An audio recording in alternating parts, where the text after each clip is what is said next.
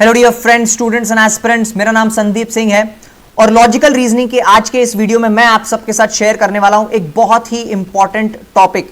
इस particular chapter के जितने भी कॉन्सेप्ट्स हैं मैं सब आपके साथ शेयर करने वाला हूं इस एक वीडियो सेशन में। और जिस चैप्टर की बात हम आज करेंगे दैट इज कैलेंडर। जी हाँ स्टूडेंट्स, ये वही कैलेंडर है जो कैलेंडर हम इस्तेमाल करते हैं हमारी टाइमिंग, शेड्यूलिंग, टाइम मैनेजमेंट के लिए। इस कैलेंडर के आधार पर जितने भी एग्जाम डेट्स हैं उन्हें डिक्लेयर किया जाता है और पूरा जो ईयरली कैलेंडर है हम इसे फॉलो करते हैं। ये वाला जो कैलेंडर है ये इंटरनेशनली एक्सेप्टेड है, इंटरनेशनली रिकॉग्नाइज्ड है। इस कैलेंडर की theory exam point of view आप सबके साथ डिस्कस करना स्टार्ट करने से पहले इस कैलेंडर का एक शॉर्ट हिस्ट्री का इंट्रोडक्शन मैं आपके साथ शेयर करना चाहूंगा। इस कैलेंडर को कहा जाता है ग्रेगोरियन कैलेंडर, जैसे कि आप अपनी स्क्रीन पर देख सकते हैं।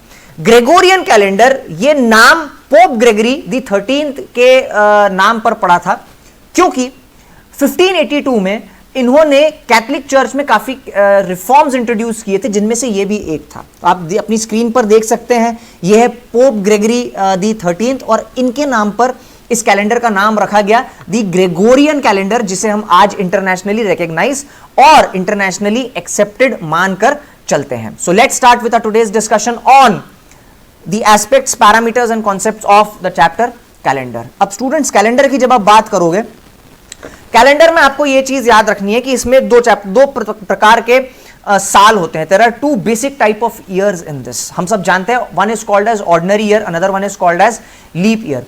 ऑर्डिनरी ईयर की स्टूडेंट जब आप बात करेंगे तो हम सब जानते हैं that ordinary year has 365 days, जबकि लीप ईयर में 366 डेज होते हैं।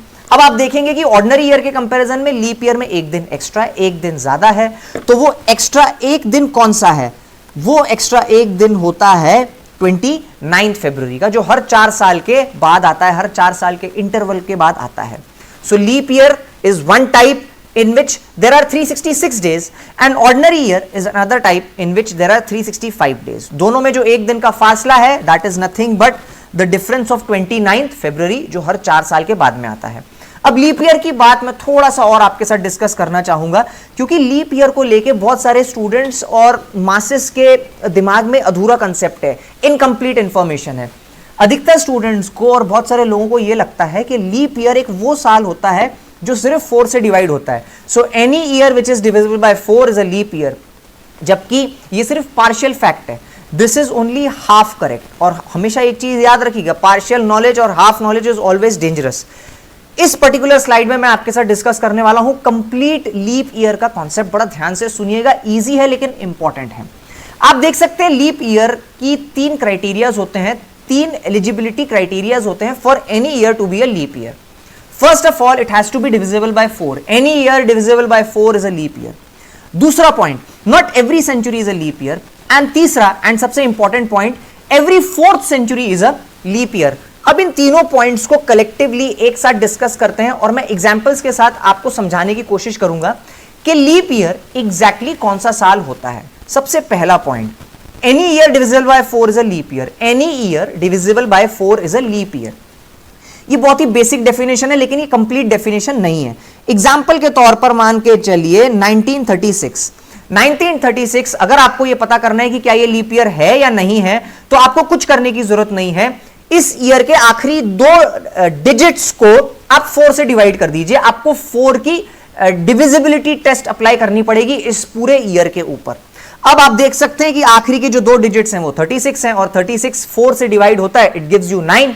तो ये पूरा का पूरा नंबर 4 से डिवाइड होगा and this is a leap year. So 1936 is a leap year. Take one more example, 1848 के आखिरी 2 डिजिट्स अगर आप देखेंगे तो 48 is divisible by 4। This complete number is divisible by 4, which makes 1848 a leap year. So any year which is divisible by 4 is a leap year. लेकिन ये वाला जो फर्स्ट कंडीशन है ये पूरी तरीके से हर ईयर्स के ऊपर एप्लीकेबल नहीं है। क्यों? मैंने आपके सामने एग्जांपल रखा 1936 का, यहां अप्लाई होता है, 1848 का यहां अप्लाई होता है। अब अगर मैं आपके साथ एग्जांपल्स शेयर करूं 100 और 200 का, तो ये पर्टिकुलर कंडीशन इन 2 नंबर्स के ऊपर बिल्कुल भी अप्लाई नहीं होती, although 100 and 200 are divisible by 4। ये 4 से डिवाइड होते हैं, लेकिन इस पहली कंडीशन के हिसाब से जो ये कहती है कि any year divisible by 4 is a leap year, 100 and 200 despite being divisible by 4 are not counted as leap years. इन्हें आप लीप ईयर नहीं कह सकते, क्योंकि लीप ईयर की 3 कंडीशंस में से जो अगली 2 कंडीशंस है वहां पर सेंचुरी की बात की जाती है।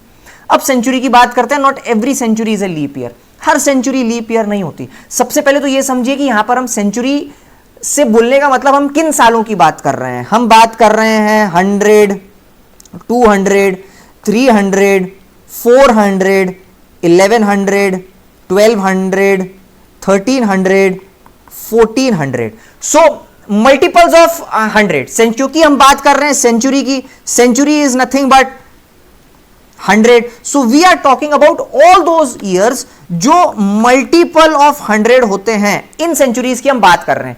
अब यहां पर मैंने जितने भी ईयर्स आप सबके सामने मेंशन किए हैं, इनमें से कुछ लीप ईयर हैं और कुछ लीप ईयर नहीं है। एक चीज सोचने वाली है स्टूडेंट्स कि अगर आप फर्स्ट कंडीशन को ध्यान से देखें तो ये जितने भी ईयर्स हैं, ये सारे ईयर्स 4 से जरूर डिवाइड होते हैं। Every year is divisible by 4 because they all are multiples of 100। अब क्योंकि 100 डिवाइड होता है 4 से, तो 100 के जितने भी मल्टीपल्स होंगे वो 4 से डिवाइड होंगे। लेकिन लीप ईयर की 3 में से 2 कंडीशंस इस पर्टिकुलर चीज को सपोर्ट नहीं करती हैं। तो अब हमको यह डिस्कस करना है कि इनमें से जो मैंने आपके सामने हाईलाइट किए, इनमें से लीप ईयर कौन सा है और कौन सा नहीं है। इसका डिस्क्रिप्शन आपको मिलेगा in the 3rd point. But every 4th century is a leap year. ये एक बहुत हाईलाइटिंग पॉइंट है students. Every 4th century, not every century is a leap year but every 4th century is a leap year. हर चौथी सदी leap year होगी। इसके कहने का मतलब क्या है कि 100, 200, 300 ये वाले जो साल हैं ये 4 से डिवाइड होते हैं, लेकिन ये लीप ईयर नहीं है। क्यों? क्योंकि तीसरे पॉइंट के हिसाब से लीप ईयर होने के लिए किसी भी सदी को चौथी या हर चौथी सदी होना जरूरी है। इसको सिंपल वर्ड्स में मैं स्टूडेंट्स इस तरीके से पुट अप कर सकता हूं, for any century to be divisible और टू बी डिविजिबल बाय 4, जिसे मैं कंप्लीटली नहीं एक्सेप्ट कर सकता, तो मेरे को इसको थोड़ा सा चेंज करना पड़ेगा। For any century to be called a leap year, it has to be divisible by 400. It has to be divisible by 400. It has to be a multiple of 400. मैं ये कह सकता हूं।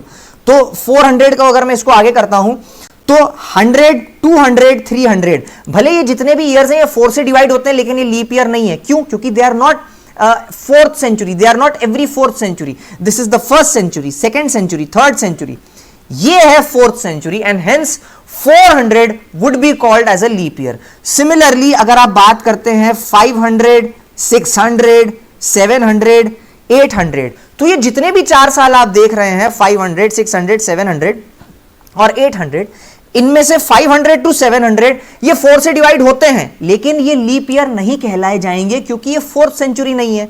या आप कह सकते हैं ये 400 के मल्टीपल नहीं है या 400 से डिवाइड नहीं होते। लेकिन 800 की अगर आप बात करोगे, जिस तरीके से 400 जो है वो 400 से डिवाइड होता है, उसी तरीके से 800 भी 800 से डिवाइड होगा and hence 400 and 800 would be called as leap years. उसी तरीके से दिस ट्रेंड कंटिन्यूज।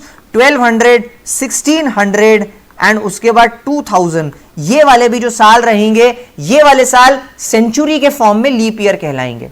तो ये इंपॉर्टेंट पॉइंट्स है लीप ईयर को लेके जो स्टूडेंट्स आप सबको ध्यान में रखने हैं। हमेशा याद रखिएगा ये 3 पॉइंट्स। ये 3 पॉइंट्स क्या कहते हैं? अब इन 3 पॉइंट्स को अगर आप कलेक्टिवली देखें तो इन तीनों पॉइंट्स को एक साथ स्टडी कीजिए। Any year which is divisible by 4 is a leap year. Not every century is a leap year, but very important point, every 4th century is a leap year. हर चौथी सदी leap year है। इसका मतलब यह है कि 400, 800, 1200, 1600 और 2000 ये सारे लीप ईयर कहलाए जाएंगे, क्योंकि ये सारे के सारे 400 से डिवाइड होते हैं, या आप इन्हें 400 का मल्टीपल भी कह सकते हैं। ये चीज आपको ध्यान में रखनी है। तो स्टूडेंट्स, लीप ईयर का इतना पूरा कॉन्सेप्ट होता है। सो ये हो गई बात लीप ईयर की। अब आगे बढ़ते हैं। अब मैं आपके साथ एक नया कॉन्सेप्ट डिस्कस करूंगा इस पर्टिकुलर चैप्टर का, जो बहुत इंपॉर्टेंट है, and that is called as the concept of odd days. आप देख सकते हैं अपनी स्क्रीन के ऊपर, days left after converting given an number of days into weeks. जब भी गिवन नंबर ऑफ डेज है, उन गिवन नंबर ऑफ डेज को आप कन्वर्ट करोगे वीक्स में, जो दिन बच जाते हैं, जो रिमाइंडर रहता है, that is called as odd day और ऑड डेज। एग्जाम्पल के तौर पर आप सबने देखा होगा कि जो डायरीज होती हैं, उन डायरीज के ऊपर डे दिया होता है और डे के साथ साथ वीक दिया होता है। सो 365 डेज को जब आप वीक्स में कन्वर्ट कर दोगे तो you would get 52 weeks and 1 और 2 डेज रिमेन। तो जो 1-2 दिन रह गए उन्हें आप क्या कहेंगे? उन्हें आप कहेंगे ऑड डेज, उन्हें आप ऑड डेज कहेंगे। ये चीज स्टूडेंट्स आपको याद रखनी है। इसको मैं थोड़ा सा और एग्जांपल्स के साथ एक्सप्लेन करता हूं। ऑड डे को अगर आपको कैलकुलेट करना है, मान के चलिए अ ड्यूरेशन ऑफ 20 डेज, तो 20 डेज में से अगर आपको ऑड डेज निकालने हैं तो बेसिकली आपको 20 डेज को कन्वर्ट करना होगा नंबर ऑफ वीक्स में। तो डेज को अगर आपको वीक्स में कन्वर्ट करना होता है तो आपको डिवाइड करना होता है 7 से। This gives you 2 weeks. और अगर आप इन 2 वीक्स को पूरा कन्वर्ट कर देंगे so you would be left with 6 days, जिसको आप रिमाइंडर कह सकते हैं। And these 6 days will be called as odd days. उसी तरीके से मान के चलिए स्टूडेंट्स, अगर मैंने एग्जांपल लिया, मुझे 37 डेज को कन्वर्ट करना है वीक्स में। यहां पर एक चीज ध्यान रखनी है स्टूडेंट्स के वीक में कन्वर्ट करना इंपॉर्टेंट नहीं है, most important is odd day. Odd day जरूरी है, ये वाला नंबर हमारे लिए जरूरी है, ये आना जरूरी है। Week is not at all important for us. Weeks कितने भी हो चलेगा, ऑड डे इंपॉर्टेंट है। 37 डेज, इसको कन्वर्ट कीजिए वीक्स में, आपको ऑटोमेटिकली ऑड डेज मिल जाएंगे। या मैं डायरेक्टली पूछूं कि 37 डेज मतलब कितने ऑड डेज, तो इसे आप डिवाइड करेंगे 7 से। This gives you 2 odd days. हमें वीक से कुछ लेना देना नहीं है, but this gives you 2 odd days. अब 2 ऑड डेज आप समझ सकते हैं कि कैसे आए, कि 37 को जब मैं 7 से डिवाइड करूंगा, सो व्हाट विल हैपन, 5 जा 35, this 2 as the reminder is considered as odd days. ये जो 5 है ये तो नंबर ऑफ वीक्स हो गए, इसकी हमें जरूरत नहीं है कैलकुलेशन में, ये चीज याद रखिएगा, इसकी हमें कैलकुलेशन में बिल्कुल भी जरूरत नहीं है, ये इंपॉर्टेंट है and that is nothing but the reminder. चलिए कुछ और एग्जांपल्स मैं शेयर करता हूं आपके साथ में। स्टूडेंट्स ये वाला जो कॉन्सेप्ट है ये बहुत ज्यादा जरूरी है एज फार एज और concept of odd days concern, बहुत इंपॉर्टेंट है। इसको आपको बड़ा ध्यान से समझना है, इजी है लेकिन इंपॉर्टेंट बहुत है। चलिए एक एग्जांपल और लेता हूं। मान के चलिए 35 डेज को आपको कन्वर्ट करना है और 35 डेज के ऑड डेज फाइंड करने हैं। अब 35 डेज जो है वो डायरेक्टली डिवाइड होता है, वो क्लियर डिवाइड होता है 7 से। This would be equal to exactly 5 weeks. तो यहां पर ऐसा नहीं है कि आप कुछ भी नहीं कंसिडर करेंगे, यहां पर भी एक वैल्यू कंसिडर की जाएगी and that would be called as 0 odd day. ये चीज स्टूडेंट्स याद रखनी है, that would be called as 0 odd day. So 7 days is 0 odd day, 14 days is 0 odd day, 21 days is 0 odd day, 35 days is 0 odd day. और थोड़ा अगर मैं greater number लेता हूं 80 डेज, 80 डेज को मैं डायरेक्टली लिख दूंगा, 80 days is nothing but 3 odd days, क्योंकि जब आप 80 को डिवाइड करेंगे 7 से तो होगा क्या, 11 जा ये 77 देगा और रिमाइंडर के तौर पर 3 बच जाएगा जब 77 सब्सट्रैक्ट होगा 80 से, and this 3 is called as odd day. ये चीज स्टूडेंट्स आपको ध्यान में रखनी है। So this is the concept of odd day. तो जब भी गिवन नंबर ऑफ डेज को आप कन्वर्ट करते हैं गिवन नंबर ऑफ वीक्स में, जो रिमाइंडर बच गया उसे आप कहेंगे odd day. I hope this concept is clear to you. ये बहुत इंपॉर्टेंट कॉन्सेप्ट है स्टूडेंट्स, ये चीज याद रखना। अब अगर आप बात करते हैं maximum number of odd days या minimum number of odd days, maximum कितने ऑड डेज हो सकते हैं और मिनिमम कितने ऑड डेज हो सकते हैं, तो एक चीज याद रखिएगा स्टूडेंट्स, ऑड डेज तब मिलते हैं जब आप नंबर ऑफ डेज को कन्वर्ट करते हो नंबर ऑफ वीक्स में। अब अगर आप एग्जाम्पल लेके चलिएगा तो एग्जाम्पल के तौर पर अगर 7 डेज आया, अगर 7 डेज आता है, 7 days is nothing but 1 week, और इसमें ऑड डे कुछ भी नहीं रहेगा, लेकिन इसका मतलब ये नहीं कि आप उसे ब्लैंक छोड़ देंगे। It would mean that it would have 0 odd day, it would have 0 odd day, इससे कम हो नहीं सकता।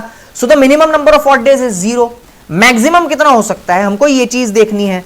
इसको हम अगर बढ़ाते गए, 7 डेज की जगह मैंने 10 डेज कर दिया, ये देगा मुझे 3 ऑड डे। 11 डेज मुझे देगा 4 ऑड डे, और यही अगर मैं काउंट 13 तक लेके जाता हूं तो 13 days would give me 6 odd day. इसके आगे 13 डेज के आगे 14 डेज हो जाएगा, और 14 days is nothing but 2 weeks, which is nothing but exactly 0 odd days. So the maximum number of odd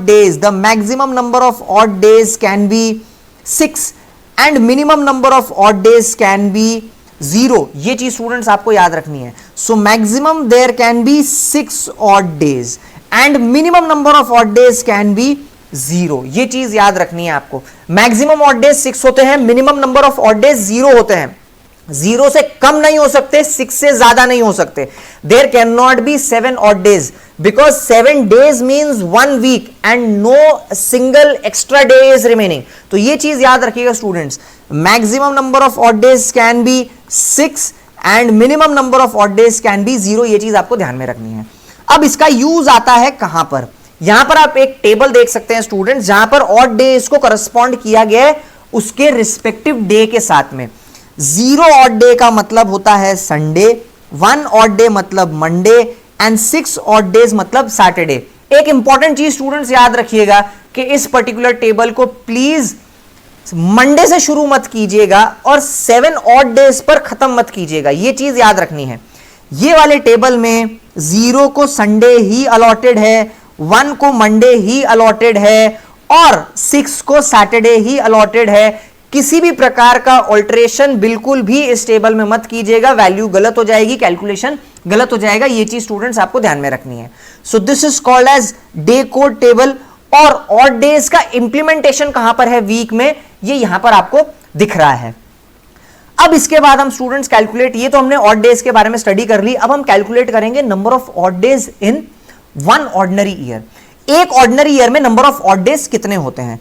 अब अगर आप एक ऑर्डिनरी ईयर की बात करें तो एक ऑर्डिनरी ईयर में होते हैं 365 डेज. और 365 डेज के अगर आपको number of odd days find करने हैं तो इसे आप डिवाइड कर दीजिएगा 7 के साथ में. तो 365 को जब आप डिवाइड करेंगे 7 के साथ में, सो दिस गिव्स यू 5 ज़ा 35, 1 remains and this 5 comes down, 2 ज़ा 14 और यहां पर आप देख सकते हैं रिमाइंडर के तौर पर 1 बचा है. रिमाइंडर के तौर पे 1 बचा है. ये जो 1 रहता है this is called as odd day. तो ये चीज स्टूडेंट्स याद रखिए कि एक ऑर्डिनरी ईयर में देयर इज 1 ऑड डे. अब एक ऑर्डिनरी ईयर में अगर एक ऑड डे है तो ऑर्डिनरी ईयर के कंपैरिजन में लीप ईयर में एक दिन एक्स्ट्रा रहता है, और लीप ईयर का एक दिन एक्स्ट्रा मतलब 366 डेज. और अगर आप इस 366 को कैलकुलेट करेंगे उसी तरीके से जिस तरीके से हमने ऑड डेज कैलकुलेट किए थे ऑर्डिनरी ईयर के, so you will get that 1 leap year is nothing but 2 odd days. ये चीज स्टूडेंट्स आपको याद रखनी है. 1 leap year is equal to 2 odd days. एक लीप ईयर में 2 ऑड डेज होते हैं. ये चीज स्टूडेंट्स आपको ध्यान में रखना है. ध्यान रखिएगा इस चीज को. तो यहां पर आपको एक चीज याद रखनी है that number of odd days in 1 ordinary year. एक ऑर्डिनरी ईयर में जो नंबर ऑफ ऑड डेज हैं वो कितने होते हैं? 1. और एक लीप ईयर में नंबर ऑफ ऑड डेज कितने होते हैं? 2. ये चीज आपको ध्यान में रखनी है, ये बहुत ही इंपॉर्टेंट है. यहां से कॉन्सेप्ट इतना ज्यादा इंपॉर्टेंट हो जाता है कि इन सभी चीजों का इस्तेमाल हम लोग प्रॉब्लम्स को सॉल्व करने के लिए करेंगे. हम प्रॉब्लम्स को सॉल्व करने के लिए इन सब चीजों का इस्तेमाल करने वाले हैं. तो ये कॉन्सेप्ट बहुत क्लियरली आप सबको अंडरस्टूड होने चाहिए, ये चीज ध्यान रखिए. So number of odd days in 1 ordinary year is 1 and number of odd days in 1 leap year is equal to 2. Moving ahead, अब हम कैलकुलेट करेंगे odd days in century. Centuries में कितने ऑड डेज होते हैं ये चीज हमको कैलकुलेट करनी है. अब स्टूडेंट जब आप सेंचुरीज की बात करते हो तो सेंचुरी में आपको एक चीज याद रखनी है कि 100 ईयर्स के ड्यूरेशन में अगर आपको ऑड डेज कैलकुलेट करने तो आपको पहले ये कैलकुलेट करना पड़ेगा कि गिवन ड्यूरेशन में लीप ईयर कितने हैं और ऑर्डिनरी ईयर कितने हैं. अगर आप 100 ईयर की बात करेंगे तो 100 ईयर में कुछ ईयर्स लीप ईयर होते हैं और कुछ ईयर ऑर्डिनरी ईयर होते हैं. अब इसे आप कैलकुलेट कैसे करोगे? इसके लिए आपको कुछ करने की जरूरत नहीं है. आप डिवाइड कर दीजिएगा इसको 4 से, क्योंकि आपको लीप ईयर्स कैलकुलेट करने हैं और लीप ईयर कैलकुलेट करने के लिए डिवाइड बाय 4 करना पड़ता है. ये मैं पहले ही आपके साथ डिस्कस कर चुका हूं. सो 100 को आप डिवाइड करेंगे 4 से. अब यहां पर स्टूडेंट्स एक चीज आपको याद रखनी है, जो नंबर ऑफ लीप ईयर्स और नंबर ऑफ ऑर्डिनरी ईयर्स है बड़े ध्यान से कैलकुलेट कीजिएगा, क्योंकि 100 जो है it is not a fourth century. याद करिए तीन कंडीशंस लीप ईयर की। Any year divisible by 4 is a leap year, but not every century is a leap year and every fourth century is a leap year. 100 is not a fourth century, it is a century but not a fourth century, so although it is divisible by 4 but it won't be considered as a leap year। तो जो 100th year होगा वो leap year नहीं होगा, जिसकी वजह से the total number of leap years in a duration of 100 years is 24। और इन 100 ईयर्स में से ये वाले लीप ईयर जब आप माइनस कर दोगे आपको मिल जाएंगे the total number of ordinary years and that is nothing but 76। अब इसके प्रीवियस स्लाइड में हमने डिस्कस किया है कि एक लीप ईयर में 2 ऑड डे और एक ऑर्डिनरी ईयर में एक odd day. This gives you 48 and this gives you 76। अब अगर आप इसे सम टोटल करते हैं, इसको आप ऐड अप करते हैं, सो दिस गिव्स यू 14 और 14 का आगे एडिशन करेंगे तो 124। This is nothing but 124 days. और 124 डेज को अगर आप कन्वर्ट करोगे ऑड डेज में, अगर आप कन्वर्ट करोगे ऑड डेज में, तो 124 को आपको डिवाइड करना होगा 7 से। अब इसको अगर आप आगे कैलकुलेट करते हैं तो this gives 174, this comes down and 7 जा 49। यहां आप देख सकते हैं स्टूडेंट्स के 54 माइनस 49 करोगे you would get 5 odd days, you would get 5 odd days, so the total number of odd days in a duration of 100 years is equal to 5 odd days। ये चीज स्टूडेंट्स आपको याद रखनी है, ये बहुत इंपॉर्टेंट है, ये याद रखना है। सबसे पहले आपको जो ड्यूरेशन दिया गया that is a duration of 100 years, उसमें हमने कैलकुलेट किया कि लीप ईयर कितने और ऑर्डिनरी ईयर कितने हैं। हमें मिले number of days, number of odd days, और ये नंबर ऑफ ऑड डेज को हमने फिर कन्वर्ट किया final number of odd days. एक छोटी वैल्यू लेके आई 124 डेज को हमने कन्वर्ट किया ऑड डेज इस प्रकार, और फाइनली जो आंसर हमें मिला that answer is 5 odd days. ये चीज याद रखनी है। So a duration of 100 years is nothing but 5 odd days. Duration of 100 years में 5 ऑड डेज होते हैं, ये चीज स्टूडेंट्स याद रखिए। अब 100 ईयर्स के 5 ऑड डेज तो हमने निकाल लिए, 200 के बड़े आसान हो गए, ये चीज देखी थी, बट 200 के बड़े आसान हो गए हैं। तो 200 को आप लिख सकते हैं 2 into 100, और 100 ईयर्स के 5 ऑड डेज हम कैलकुलेट कर चुके हैं। दिस गिव्स यू 10 डेज, और 10 डेज का मतलब क्या होता है? 10 डेज का मतलब होता है 3 ऑड डेज। 10 डेज का मतलब होता है 3 ऑड डेज। तो 200 ईयर्स के ड्यूरेशन में जो total number of odd days होते हैं दे आर 3 ऑड डेज। इसी तरीके से हम आगे कैलकुलेट कर सकते हैं odd days in a duration of 300 years.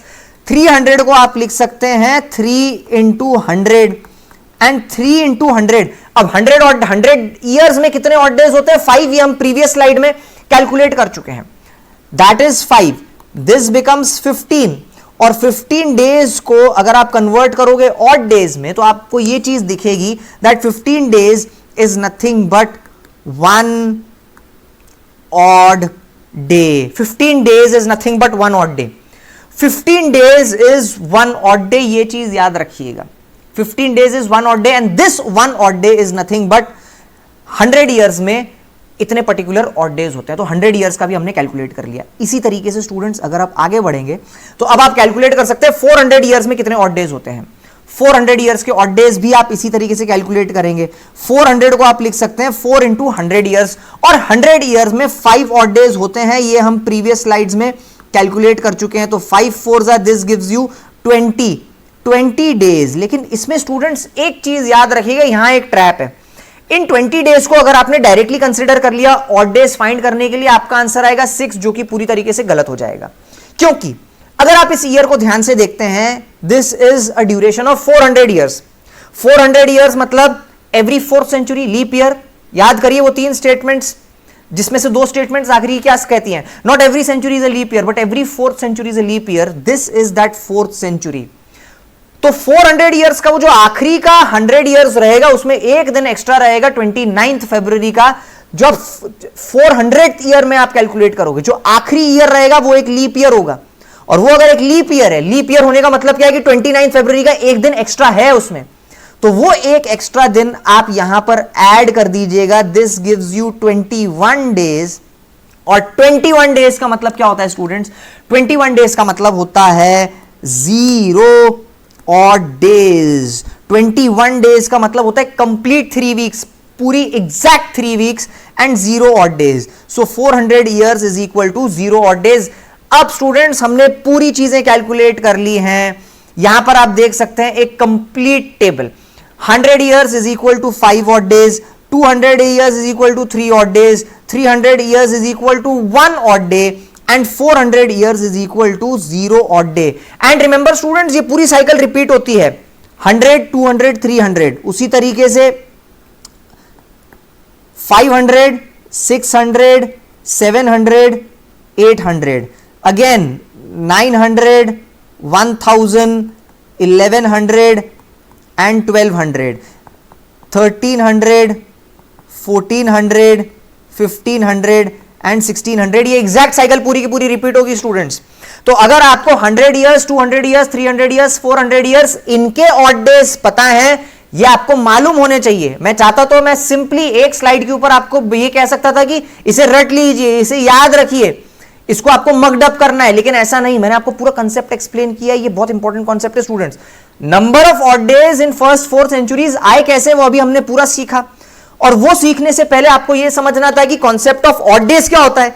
और ऑड डेज का कंसेप्ट सीखने से पहले ये समझना बहुत जरूरी है कि कंसेप्ट ऑफ ऑर्डिनरी ईयर और लीप ईयर क्या होता है. तो ये पूरा complete step by step discussion है ऑड डेज का इन पर्टिकुलर ईयर या इन अ पर्टिकुलर सेंचुरी. ये सारी वैल्यूज का इस्तेमाल स्टूडेंट्स हम करने वाले हैं न्यूमेरिकल सॉल्व करने के लिए, प्रॉब्लम सॉल्व करने के लिए इन सभी कॉन्सेप्ट्स का इस्तेमाल होता है. सो यहां पर स्टूडेंट्स आप देख सकते हैं कि 400 इयर्स, 800 इयर्स, 1200, 1600, 2000 इन सभी के जो ऑड डेज रहेंगे वो 0 ऑड डेज हो रहेंगे. ना कि सिर्फ 2000 तक, बल्कि 2400, 2800, 3200, 3600, 4000, ये जितने भी ईयर्स हैं, ये सारे के सारे ईयर्स खास हैं क्योंकि ये सेंचुरीज हैं. और उससे भी ज्यादा खास ये सारी की सारी एवरी 4th सेंचुरी हैं. और ये सारी की सारी सेंचुरीज या तो डिविजिबल बाय 400 हैं या मल्टीपल ऑफ 400 है. आप जैसे भी उसे वर्ड करना चाहें, आप जैसे भी उसे कहना चाहें, एक्सप्लेन करना चाहें. तो ये चीज स्टूडेंट्स आपको याद रखनी है. This is very important. So this was the entire concept and theory about this very important topic calendar. इसके नेक्स्ट सेशन में मैं प्रॉब्लम्स आप सबके साथ डिस्कस करने वाला हूं. आई होप आपको ये सेशन में बहुत सारी चीजें सीखने को मिलेंगी, नई नई चीजें आप लोगों ने सुनी और लीप ईयर का कॉन्सेप्ट आपका क्लियर होगा. ये जितने भी पॉइंट्स, जितने भी कॉन्सेप्ट्स है बहुत ज्यादा इंपॉर्टेंट हैं. इन सभी पॉइंट्स को आपको पूरी तरीके से समझ में रखना है प्रॉब्लम्स को सॉल्व करने के लिए. So this was students all about complete theory and complete description of the topic of logical reasoning, that is calendar. आपको ये टॉपिक कैसा लगा मुझे जरूर बताइए नीचे कमेंट सेक्शन में. कमेंट टाइप करके आपके views, reviews, doubts, question, queries सबके आंसर में देने की कोशिश करूंगा. जल्द मिलते हैं अगले session on problems on calendar. Till then, thank you so very much.